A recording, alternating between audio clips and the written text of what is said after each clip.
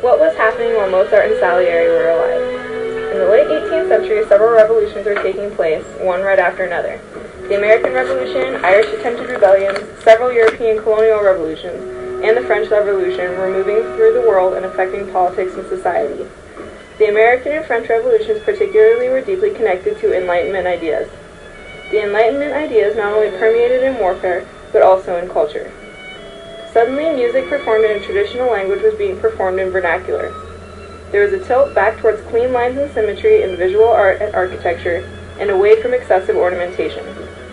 One of the people greatly influenced by this was Joseph II of Austria. As a Catholic and emperor of what would be known as Austria-Hungary, Joseph II was crowned the Holy Roman Emperor.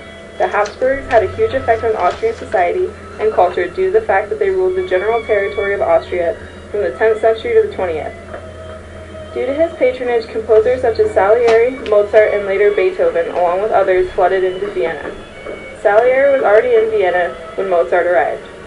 Originally from Italy, Salieri was favored because of his skill with Italian operas, and was well liked by Joseph II. Mozart was in Vienna from 1781 through 1791, when he died. During his stay, Viennese society experienced changes. Joseph II was considered one of the three Enlightenment monarchs and was even connected to the revolution in France through his relations to Marie Antoinette. One of the cultural changes in Vienna was a push for being more Germanic. Joseph even requested an opera done in German from Mozart. In short, while Mozart and Salieri were alive in Vienna, politics and society were in a state of change. Enlightenment ideas were spreading throughout Europe and were affecting everything from the stability of monarchies to the languages of operas. Now the real question is Mozart's music really superior to Salieri's?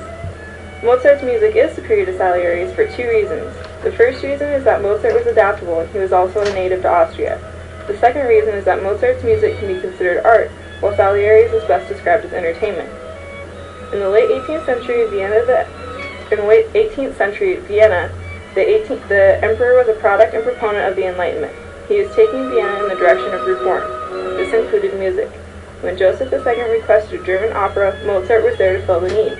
His extreme talent and his native origins made him invaluable to the Habsburg Empire culturally. Salieri, in contrast, was Italian and wrote Italian operas, as was the custom. Salieri was also extremely talented, but Mozart was a prodigy.